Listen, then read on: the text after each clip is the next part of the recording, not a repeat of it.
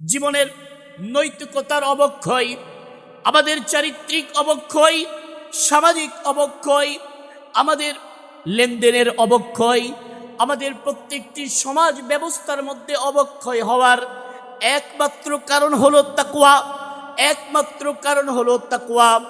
আমি আমার সন্তানকে বাবার পরিচয় দেই, আমি আমার সন্তানকে দাদার পরিচয় দেই, আমি আমার সন্তানকে বিল্ডিংয়ের পরিচয় দেই, আমি আমার সন্তানকে ডাক্তারের পরিচয় দেই, তবে আমার সন্তানকে তার অন্তরে আল্লাহর ভয় আমি ঢুকাইতে পারি নাই।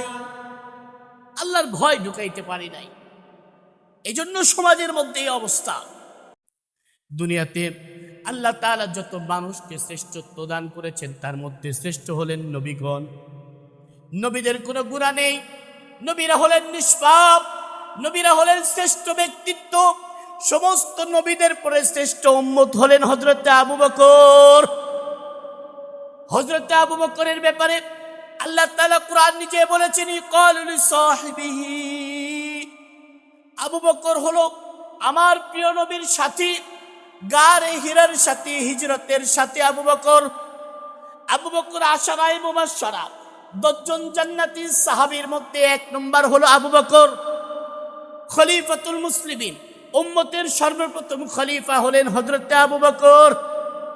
আল্লাহ রাসূল যত সাহাবীকে জান্নাতের কথা বলেছেন সর্বপ্রথম যার নাম নিয়েছেন আবু বকর। রাসূলের পাশে এখনো শুয়ে আছেন হযরতে আবু বকর। হযরতে আবু বকর সিদ্দিক রাদিয়াল্লাহু আনহু যখন খলিফাতের ব্যবস্থা পেয়েছেন, খলিফা হয়েছেন, রাতের আধারে গিয়ে জান্নাতুল বাকিতে গিয়ে কান্না করছে। এত পরিমাণ কান্না করে পুরা এলাকার মানুষগুলো জাগ্রত হয়ে গিয়েছে। কি হয়েছে আবু বকরের? কি হয়েছে আবু বকরের? আবু বকর কেন এত কান্না করে? কেন তার চোখের পানির কারণে এত আওয়াজ? সবাই ছুটে চলে গিয়েছে হযরতে আবু বকরের কাছে। হযরতে আবু বকরকে যে জিজ্ঞাসা করছেন, আবু বকর আপনি কেন এত কান্না করেন? আপনার কান্না করার কারণ কি? রাসূল তো আপনার ব্যাপারে জান্নাতের সুসংবাদ দিয়েছে। সাহাবায়ে কেরাম ডাক দিয়ে বলছেন, আবু বকর আপনাকে তো কোরআনে সুসংবাদ দিয়েছেন, আবু বকর আপনাকে তো প্রিয় নবী সুসংবাদ দিয়েছে, আবু বকর আপনাকে তো সাহাবীদের মর্যাদা দেওয়া হয়েছে। হযরতে আবু বকর আরো কান্না করে, হযরতে আবু বকর আবার কান্না করে, হযরতে আবু বকর কান্না করে লোকজনদেরকে বলছে, আমি কবরস্থানে দাঁড়িয়ে দাঁড়িয়ে দেখছি জান্নাতি সাহাবেদের কবরের ঘ্রাণ আমার নাকে ভেসে আসছে। সুবহানাল্লাহ বলে, জান্নাতি কবরের ঘ্রাণগুলো আমার চোখে ভেসে আসছে। না জানি ওই জান্নাতি কবরের সুঘ্রাণ আমার নাকে যখন আসছে আমি পাগল হয়ে যাচ্ছি, কারণ ওই সাহাবাদেরকেই আমি এই কবরে জান্নাতুল বাকিতে দাফন করেছি। আর আমি আবু বকর চিন্তা করছি, না জানি আমার কবর কেমন হবে, না জানি আমার হাসর কেমন হবে। আবু বকর নিজের চিন্তা করে নিজের জিহ্বাকে হাত ধরে টান দিয়ে বলছে, ইয়া লাইতানি কুনতু ওয়ারাকা ইয়া আবু কুহাফা, ও কুহাফার সন্তান আবু বকর, হাই যদি তুই গাছের পাতা হয়ে যাতি তাহলে কোন ছাগল তোকে খেয়ে ফেলতো। কাল কিয়ামতের মাঠে তোর বিচার দেওয়া লাগতো না, কাল কিয়ামতের মাঠে তোর আল্লাহর সামনে দাঁড়াইতে হতো না, কাল কিয়ামতের মাঠে আল্লাহর সামনে দাঁড়াইয়া বিচার করা লাগতো না। কে আমাদেরকে সার্টিফিকেট দিল ভাই? আল্লাহর তাকওয়ার কেস। কে আমাদেরকে জান্নাতের সার্টিফিকেট দিল? হযরতে আবু বকর কো জান্নাতের সার্টিফিকেট পেয়েছে, তাকে জান্নাতের সার্টিফিকেট দিয়েছে মুহাম্মদুর রাসূলুল্লাহ, তাকে জান্নাতের সার্টিফিকেট দিয়েছে আল্লাহ তাআলা। যাকে ফেরেশতা জান্নাতের 8 দরজা আবু বকরকে ডাকবে, সে আবু বকরের চিন্তা যদি এমন হয়, আবু বকরের কান্না যদি এমন হয়, তাহলে আমাদের কান্না কেমন হওয়া উচিত? সম্মানিত উপস্থিতি, আজ জুমা পূর্বক এই সংক্ষিপ্ত অধিবেশনে একটি গুরুত্বপূর্ণ একটি বিষয় নিয়ে আলোচনা করার ইচ্ছা করেছি। বিষয়টি নাম হলো আত-তাকওয়া, যা মুমিন জীবনের একটি গুরুত্বপূর্ণ আলোচ্য বিষয়। একজন মানুষ পৃথিবীতে একমাত্র আল্লাহর প্রিয় হওয়ার মাধ্যমই হলো তাকওয়া। আল্লাহর ভয় যার অন্তরে যত বেশি, আল্লাহর কাছে তত প্রিয় তিনি, তত বেশি। আল্লাহ পাক রব্বুল আলামিন পৃথিবীর মানুষকে সৃষ্টি করেছেন। পৃথিবীর মানুষের মধ্যে সকলকে আল্লাহর ইবাদত করার আদেশ করেছেন। সকলকে আল্লাহর ইবাদত করার মতো মহারত যোগ্যতা আল্লাহ তাআলা দিয়েছেন। কিন্তু আজ পুরা বিশ্বের ভিতরে মুসলমানের চাইতে খ্রিস্টান বা অন্য ধর্মের সংখ্যা একেবারেই কম নয়। এবং মুসলমানের ভিতরেও যদি আমরা দেখলে লক্ষ্য করলে আমরা লক্ষ্য করতে পারি, সিংহভাগ মুসলমানের ভিতরে আল্লাহর একত্ববাদের পরিচয় যদিও বা তাদের নিজের অন্তরে ধারণ করে, আল্লাহ রাসূলকে যদি বিশ্বাস করে, এছাড়াও তাদের ইবাদত, তাদের আমলের ভিতরে শিরকিয়াত আর এর সাথে সাথে আরো গুনাহ দিয়ে জর্জরিত মুসলিম উম্মার শরীর। আল্লাহ পাক রব্বুল আলামিন পবিত্র কোরআনুল কারীমের মধ্যে সূরাত আল ইমরানের মধ্যে বলেন, ইয়া আইয়ুহাল্লাযীনা আমানুত্তাকুল্লাহ। আল্লাহ পাক রব্বুল আলামিন কোন কাফের, কোন মানুষ এইভাবে সম্বোধন করে আল্লাহ বলেন নাই। যদি আল্লাহ বলতেন ইয়া আইয়ুহান নাস, তাহলে বোঝা যেত আল্লাহ পাক রব্বুল আলামিন মানুষ জাতিকে বলছেন। কিন্তু আল্লাহ রব্বুল আলামিন তিনি ইয়া আইয়ুহাল্লাযীনা আমানু শব্দ ব্যবহার করেছেন। আমানু শব্দ ব্যবহার করে আল্লাহ তাআলা ঈমানদারকে, ঈমানদার যারা রয়েছেন তাদেরকে সম্বোধন করে বলছেন ইত্তাকুল্লাহ, আল্লাহকে ভয় করো। যদি আল্লাহ তাআলাকে প্রশ্ন করা যায় যে আল্লাহ আপনি আমাকে ভয় করার কথা বলছেন, পরহেজ থাকার কথা বলছেন, এটা কেমন? আল্লাহ বলছে হাক্কা তুকাতিহি, যথাযথভাবে যেমনটা প্রয়োজন আল্লাহর ক্ষেত্রে টিকতে অনুরূপ। কেন এত জরুরি? আল্লাহ বলেছেন ওয়ালা তামুতুন্না ইল্লা ওয়া আনতুম মুসলিমুন। মুসলমান তো ওই সময় হবে যখন তাকওয়া অর্জন হবে, আর মুসলমান ছাড়া তোমরা মৃত্যুবরণ করো না, কবরের অবস্থা তোমাদের বড় ভয়াবহ হবে। পবিত্র কুরআনুল কারীমে আল্লাহ পাক রব্বুল আলামিন আবার বলেছেন ইয়া আইয়ুহান নাস, হে মানব মণ্ডলী, ইন্না খলাকনাকুম মিন যাকারিন ওয়া উনসা, আমি তোমাদের মধ্যে পুরুষ সৃষ্টি করেছি, ওয়া উনসা, এবং মেয়েদেরকেও সৃষ্টি করেছি। কিছু মানুষ রয়েছে পুরুষ, কিছু মানুষ রয়েছে মহিলা। ওয়াজআলনাকুম শুউবা, এবং আমি তোমাদের মাঝে গোত্র বানিয়েছি, এলাকা ভাগ করে দিয়েছি, সমাজ ভাগ করে দিয়েছি, ভাষার পরিবর্তন দিয়েছি, শরীরের রঙের পরিবর্তন দিয়েছি, সিস্টেমের পরিবর্তন দিয়েছি, রুচির পরিবর্তন দিয়েছি। ওয়া কাবাইলা লিতাআরাফু, এবং তোমাদের জবান দিয়েছি, ভাষা দিয়েছি, যাতে তোমরা একে অপরের সাথে নিজের পরিচয়ে পরিচিত হতে পারো। সব কিছু আমি দান করেছি। তবে মনে রেখো, যে বংশের দিক থেকে বড় সে আমি আল্লাহর কাছে অন্যতম নয়। যে পয়সার দিকে উন্নত, অনেক জমিদার, অনেক বড় বংশ, অনেক টাকাওয়ালা, তা সে আমার কাছে প্রিয় নয়। যে অনেক সুন্দরভাবে কথা বলতে পারে, যার কণ্ঠস্বর অনেক সুন্দর, সেও আমার কাছে প্রিয় নয়। যার চেহারা অনেক সুন্দর, চেহারার মধ্যে কোনো খুঁত নেই, নিখুঁত চেহারা, সেও আমার কাছে পছন্দনীয় নয়। তবে মনে রেখো, পছন্দ আমার কাছে ওই ব্যক্তি, ইন্না আক্রামাকুম ইনদাল্লাহি আতকাকুম, যে আমি আল্লাহকে যে ভালোবাসে বেশি, আমি আল্লাহকে যে ভয় করে বেশি, যার অন্তরে যত তাকওয়া হবে আমার আল্লাহ, আমি আল্লাহর কাছে সে সবচেয়ে প্রিয়। বলেন না সুবহানাল্লাহ। এই জন্য প্রিয় ভাই, হযরতে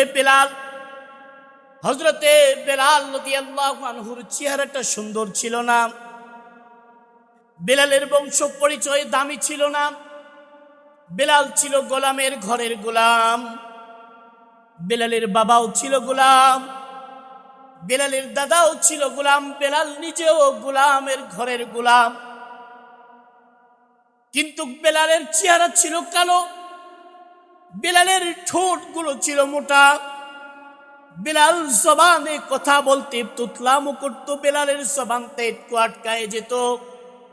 কিন্তু বেলালের অন্তর ছিল নবীর মহাব্বতে ভরা, আল্লাহর ভালোবাসায় ভরা।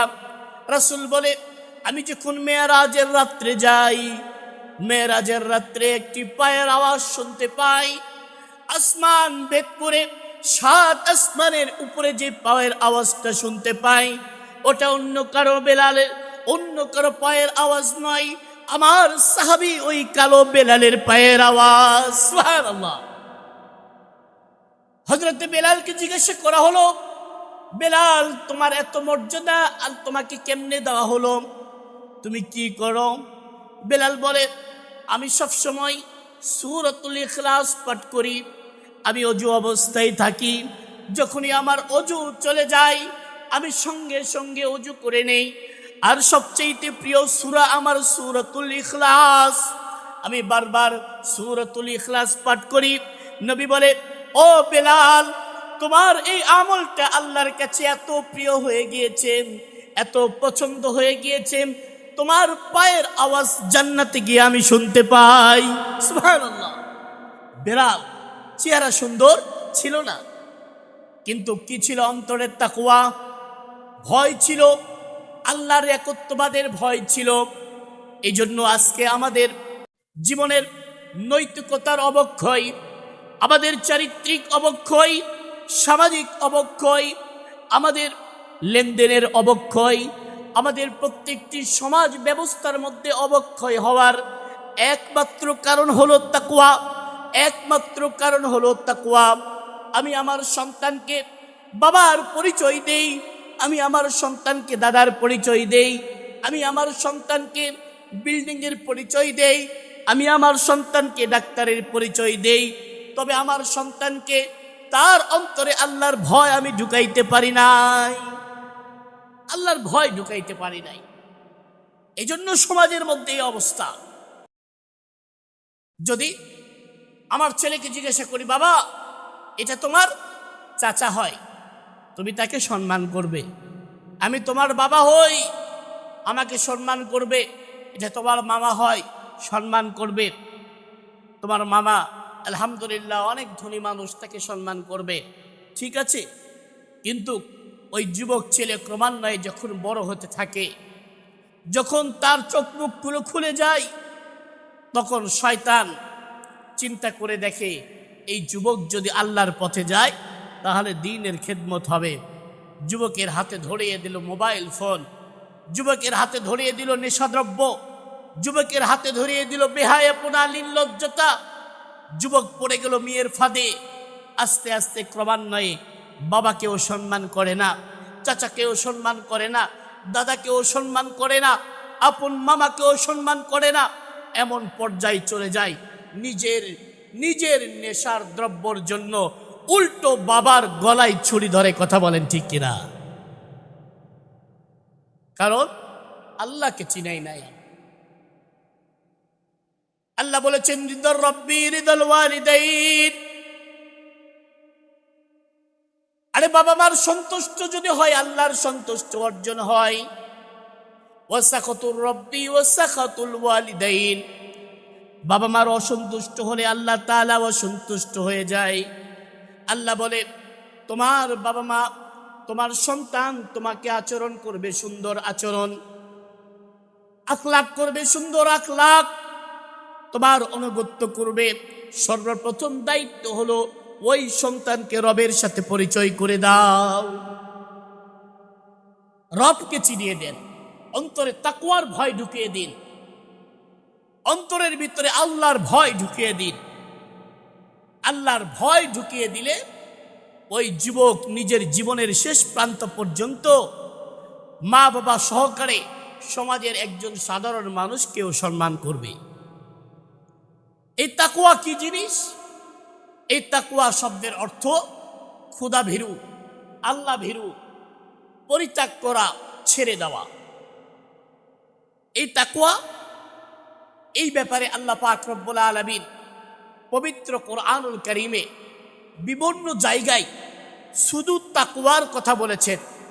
বলেন তুমি তাকওয়া করো, আল্লাহকে ভয় করো। ইয়া আইয়ুহাল্লাযীনা আমানুত্তাকুল্লাহ ওয়াল তানজুর নাফসুম মা কদ্দামাত লিগাদিন ওয়াত্তাকুল্লাহ।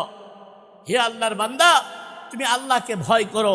ওয়াল তানজুর নাফসুন, এবং চিন্তা করো যে আমি গতকাল কি করেছি আর আগামীকাল কি করব, আর আজকে আমার জীবন থাকবে কি থাকবে না। আমি গতকাল আমার জীবনের জন্য কি করেছি? গতকাল কি আমি ফজরের নামাজ পড়েছি? গতকালকে আমি মিথ্যা কথা বলেছি? গতকালকে আমি এমন কোনো গুনাহ করেছি? গতকালকে আমি 5 ওয়াক্ত নামাজের মধ্যে 1 ওয়াক্তকে হাজিরা দিয়েছি? যদি আমার গতকালের পরে, আজকের ফজরের পরে যদি আর ঘুম না ভাঙে, আজকের ঘুম যদি আমার জীবনের সর্বশেষ ঘুম হয়ে যায়, তাহলে কি আমি গতকালের হিসাব আল্লাহকে দিতে পারবো? এটাই আল্লাহ বলছে, ওয়াল তানজুর নাফসুম মা কদ্দামাত, আগামীকাল আমি কি করেছি, আবার আগামীকাল কি বাঁচবো। এই চিন্তা ফিকির করার নামই হলো তাকওয়া। হযরত আলী রাদিয়াল্লাহু আনহু জিজ্ঞাসা করা হলো, আলী আপনি বলুন তো তাকওয়া কাকে বলে? হযরত আলী রাদিয়াল্লাহু আনহু তাকওয়ার ব্যাখ্যা দিয়ে বললেন, 1 নম্বর হলো আল খাউফু মিনাল জালিল। তাকওয়া হলো আল্লাহর ভয়।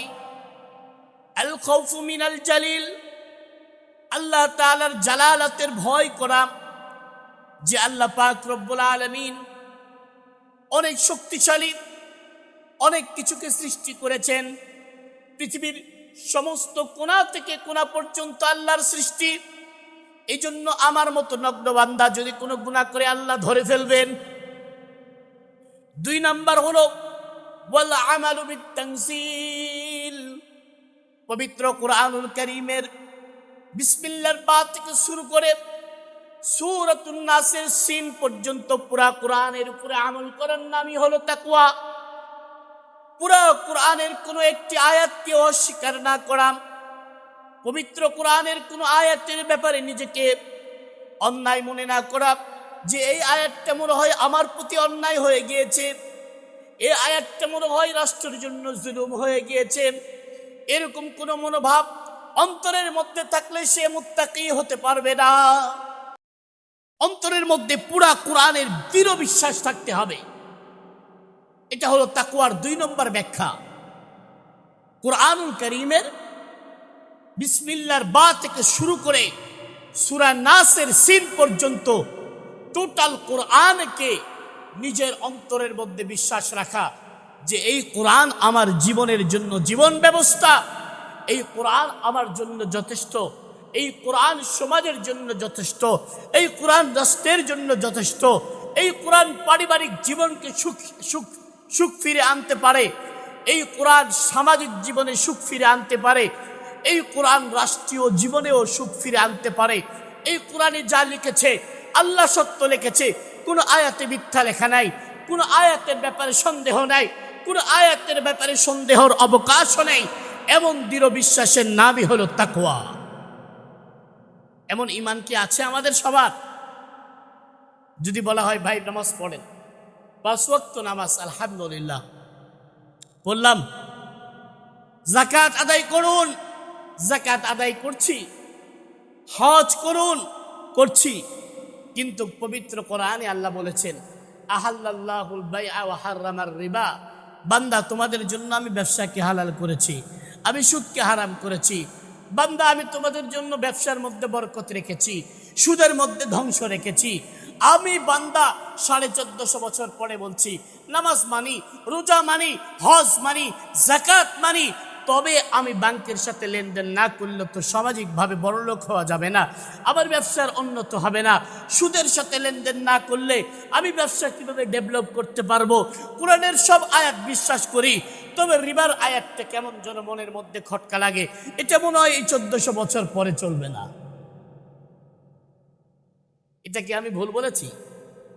ছোট থেকে ছোট একটা মানুষ, গ্রামের মানুষ, একেবারে রিক্সা চালাই, সে কিস্তির সাথে সম্পর্ক, কোনো একটা এনজিওর সাথে, আরেকটু ভালো হলে সে আরেকটু বড় এনজিওর সাথে সম্পর্ক, আর যদি আরেকটু ধনী হয় তাহলে বড় ব্যাংকের সাথে সম্পর্ক। নেই এমন কোনো ব্যক্তি সুদমুক্ত। 100-তে 80 জনও নাই। 80 জন মানুষ এখন সুদের মধ্যে জড়িত। কারণ তাকওয়া নেই, আল্লাহ ভীরুতা নেই। মনে করছে যে আমি মনে হয় সুদের ব্যাংকের টাকা নিয়ে চলে যাব, আরো 100 বছর বাঁচবো, এই জন্য আরো 10 তলা বিল্ডিং বানাই। কিন্তু আল্লাহ চাইলে তো ওই বিল্ডিং এর দরজায় নাও ঢুকতে দিতে পারে, তাই নয়?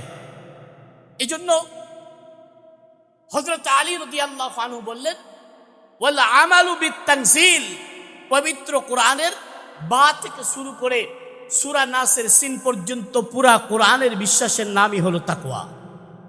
3 নম্বর বললেন, ওয়াল কানাআতু ওয়াল কালিল, ওয়াল কানাআতু বিল কালিল, অল্প তুষ্ট থাকা, অল্পতে তুষ্ট থাকা, নিজে আল্লাহ পাক রব্বুল আলামিন যা দিয়েছেন তার উপরে তুষ্ট থাকা। হালমিম মাজিদ, আরো লাগবে, আরো লাগবে। মোটরসাইকেল একটা আছে, 10টা প্রাইভেট কার লাগবে। একতলা বাড়ি একটা আছে, 10 তলা লাগবে। নওগাঁ জেলায় বাড়ি আছে, রাজশাহী বিভাগে লাগবে। রাজশাহী বিভাগে আছে, ঢাকা জেলায় লাগবে। এরকম চিন্তাধারা যদি করে তাহলে তার অন্তরে আল্লাহর অস্থিরতা চলে আসবে, তার অন্তরে আল্লাহর ভয় ঢুকবে না, তার অন্তরে আল্লাহর প্রশান্তি পাবে না, তার অন্তরে শুধু হায় হুতাশ থাকবে, তার ইবাদতে মজা থাকবে না। চিন্তা করছে, হুজুর আপনি তো গরিব মানুষ, আপনি এগুলো বুঝবেন কি? ভাই আমি বুঝি নাই বা যাই বুঝি নাই, আপনি যারা ধনী মানুষ তাদেরকে জিজ্ঞাসা করে দেখেন তাদের অন্তরে কতটুকু প্রশান্তি আছে, তাদের অন্তরে কতটুকু শান্তি আছে, তাদের অন্তরের মধ্যে কতটুকু ফিকির চলছে যে না জানি আরো কত কি করব। এই জন্য হযরত আলী বলছে, ওয়াল কানাআতু বিল কালিল, যা পেয়েছি তার উপরে তুষ্ট থাকা, এটা তাকওয়ার পরিচয়। সর্বনিম্ন 4 নম্বর হযরত আলী রাদিয়াল্লাহু আনহু বলেন, ওয়াল ইস্তিদাদু লিয়াউমির রাহিল, সর্ব অবস্থায় নিজেকে মৃত্যুর জন্য প্রস্তুত রাখা, এটা তাকওয়ার পরিচয়। এখন কি জানেন, একেবারে একটা বাস্তব কথা বলি, এখন মানুষ কিন্তু জানাজার নামাজে গেলেও হাসে। অবিশ্বাস না, এখন জানাজার নামাজে গেলেও মানুষ হাসে, জানাজার নামাজে মানুষ সেলফি উঠায়, জানাজার নামাজেও মানুষ একে অপরের সাথে গোতাগুতি করে, গল্প গুজব করে। কবরের লাশ দাফন হচ্ছে একদিকে, আর আরেকদিকে বসে বসে সিগারেট টানছে, এটাও আমি চোখে দেখেছি। তাকওয়া কোন জায়গায় গেছে? জানাজার নামাজেও হাসে। হযরতে আবু বকর সিদ্দিক আকবর, হযরতে আবু বকর সিদ্দিক রাদিয়াল্লাহু আনহু, যিনি হলেন নবীদের পরে সর্বশ্রেষ্ঠ ব্যক্তি হলেন হযরতে আবু বকর। দুনিয়াতে আল্লাহ তাআলা যত মানুষকে শ্রেষ্ঠত্ব দান করেছেন তার মধ্যে শ্রেষ্ঠ হলেন নবীগণ। নবীদের কোনো গুনাহ নেই, নবীরা হলেন নিষ্পাপ, নবীরা হলেন শ্রেষ্ঠ ব্যক্তিত্ব। সমস্ত নবীদের পরে শ্রেষ্ঠ উম্মত হলেন হযরতে আবু বকর। হযরতে আবু বকরের ব্যাপারে আল্লাহ তাআলা কুরআন নিজে বলেছেন, ক্বালা লিসাহিবিহি, আবু বকর হলো আমার প্রিয় নবীর সাথী, গারে হিরার সাথী, হিজরতের সাথী আবু বকর। আবু বকর আশারায়ে মুবাশশারা, 10 জন জান্নাতি সাহাবীর মধ্যে 1 নম্বর হলো আবু বকর। খলিফাতুল মুসলিমিন, উম্মতের সর্বপ্রথম খলিফা হলেন হযরতে আবু বকর। আল্লাহ রাসূল যত সাহাবীকে জান্নাতের কথা বলেছেন সর্বপ্রথম যার নাম নিয়েছেন আবু বকর। রাসূলের পাশে এখনো শুয়ে আছেন হযরতে আবু বকর। হযরতে আবু বকর সিদ্দিক রাদিয়াল্লাহু আনহু যখন খলিফাতের ব্যবস্থা পেয়েছেন, খলিফা হয়েছেন, রাতের আধারে গিয়ে জান্নাতুল বাকিতে গিয়ে কান্না করছে। এত পরিমাণ কান্না করে পুরা এলাকার মানুষগুলো জাগ্রত হয়ে গিয়েছে। কি হয়েছে আবু বকরের? কি হয়েছে আবু বকরের? আবু বকর কেন এত কান্না করে? কেন তার চোখের পানির কারণে এত আওয়াজ? সবাই ছুটে চলে গিয়েছে হযরতে আবু বকরের কাছে। হযরতে আবু বকরকে যে জিজ্ঞাসা করছেন, আবু বকর আপনি কেন এত কান্না করেন? আপনার কান্না করার কারণ কি? রাসূল তো আপনার ব্যাপারে জান্নাতের সুসংবাদ দিয়েছে। সাহাবায়ে কেরাম ডাক দিয়ে বলছেন, আবু বকর আপনাকে তো কোরআনের সুসংবাদ দিয়েছেন। আবু বকর আপনাকে তো প্রিয় নবী সুসংবাদ দিয়েছে। আবু বকর আপনাকে তো সাহাবিয়াকের মর্যাদা দেওয়া হয়েছে। হযরতে আবু বকর আরো কান্না করে। হযরতে আবু বকর আরো কান্না করে। হযরতে আবু বকর কান্না করে লোকজনদেরকে বলছে, আমি কবরস্থানে দাঁড়িয়ে দাঁড়িয়ে দেখছি জান্নাতি সাহাবেদের কবরের ঘ্রাণ আমার নাকে ভেসে আসছে। সুবহানাল্লাহ বলে। জান্নাতি কবরের ঘ্রাণগুলো আমার চোখে ভেসে আসছে। না জানি ওই জান্নাতি কবরের সুঘ্রাণ আমার নাকে যখন আসছে আমি পাগল হয়ে যাচ্ছি। কারণ ওই সাহাবাদেরকেই আমি এই কবরে জান্নাতুল বাকিতে দাফন করেছি। আর আমি আবু বকর চিন্তা করছি, না জানি আমার কবর কেমন হবে, না জানি আমার হাসর কেমন হবে। আবু বকর নিজের চিন্তা করে নিজের জিহ্বাকে হাত ধরে টান দিয়ে বলছে, ইয়া লাইতানি কুনতু ওয়ারাকা ইয়া আবু কুহাফা, ও কুহাফার সন্তান আবু বকর, হাই যদি তুই গাছের পাতা হয়ে যাতি তাহলে কোনো ছাগল তোকে খেয়ে ফেলতো। কাল কিয়ামতের মাঠে তোর বিচার দেওয়া লাগতো না। কাল কিয়ামতের মাঠে তোর আল্লাহর সামনে দাঁড়াইতে হতো না। কাল কিয়ামতের মাঠে আল্লাহর সামনে দাঁড়াইয়া বিচার করা লাগতো না। কে আমাদেরকে সার্টিফিকেট দিল ভাই? আল্লাহর তাকওয়ার কেস। কে আমাদেরকে জান্নাতের সার্টিফিকেট দিল? হযরতে আবু বকর কো জান্নাতের সার্টিফিকেট পেয়েছে। তাকে জান্নাতের সার্টিফিকেট দিয়েছে মুহাম্মদুর রাসূলুল্লাহ। তাকে জান্নাতের সার্টিফিকেট দিয়েছে আল্লাহ তাআলা। যাকে ফেরেশতা জান্নাতের 8 দরজা আবু বকরকে ডাকবে, সে আবু বকরের চিন্তা যদি এমন হয়, আবু বকরের কান্না যদি এমন হয়, তাহলে আমাদের কান্না কেমন হওয়া উচিত?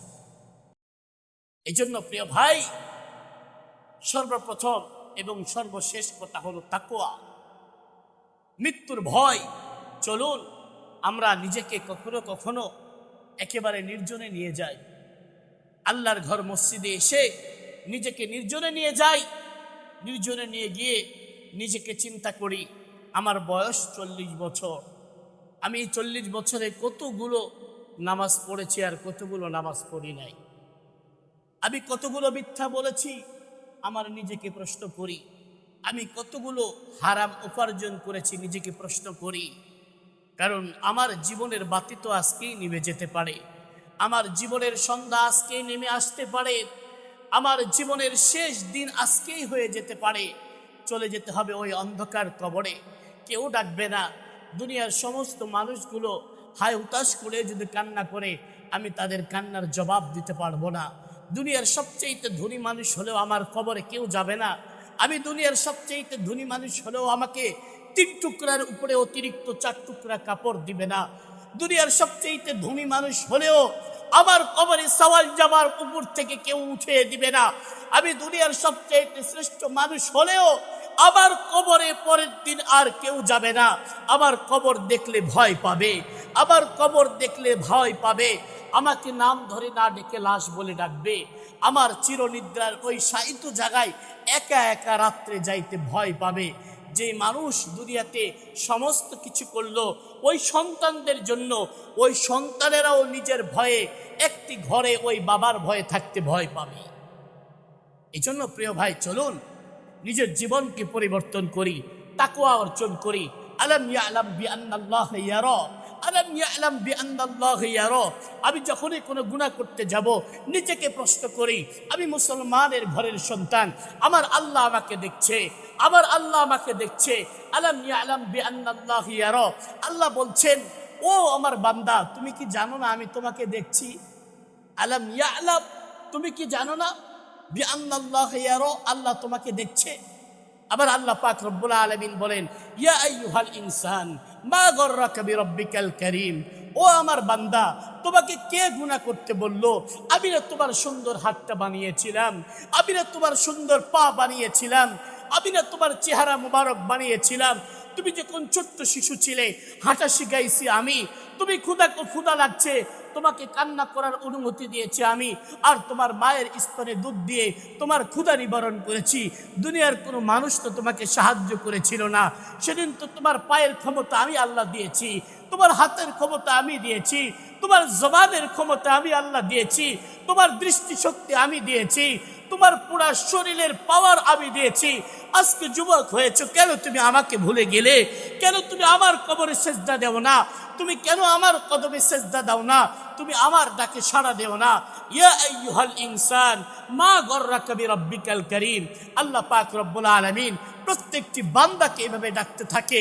আর কোনো বান্দা যখন আল্লাহর এই ডাকে সাড়া দিয়ে আল্লাহর সান্নিধ্য অর্জন করে, আল্লাহ বলে উইদ্দাত লিল মুত্তাকিন, আমি ওই মুত্তাকিনদের জন্য জান্নাতকে তৈরি করে দিয়েছি। আল্লাহ রাসূলের সাহাবারা জিজ্ঞাসা করেন, ইয়া রাসূলুল্লাহ, জান্নাতটা কেমন হবে? আল্লাহ রাসূল বলেন, মালা আইনুন রাআত, দুনিয়ার কোন মানুষ চক্ষু দিয়ে দেখে নাই, ওয়ালা উযুনুন সামিআত, দুনিয়ার কোন মানুষ এই জান্নাতের ঘ্রাণ কান দিয়ে শুনে নাই, ওয়ালা খাতারা আলা কলবি বাশার, দুনিয়ার কোন মানুষ কল্পনাও করতে পারবে না মালিক জান্নাত কত দাবি দিবে। বলেন না সুবহানাল্লাহ। আল্লাহ পাক রব্বুল আলামিন আমাদের জীবনে তাকওয়া অর্জন করার তৌফিক দান করুক।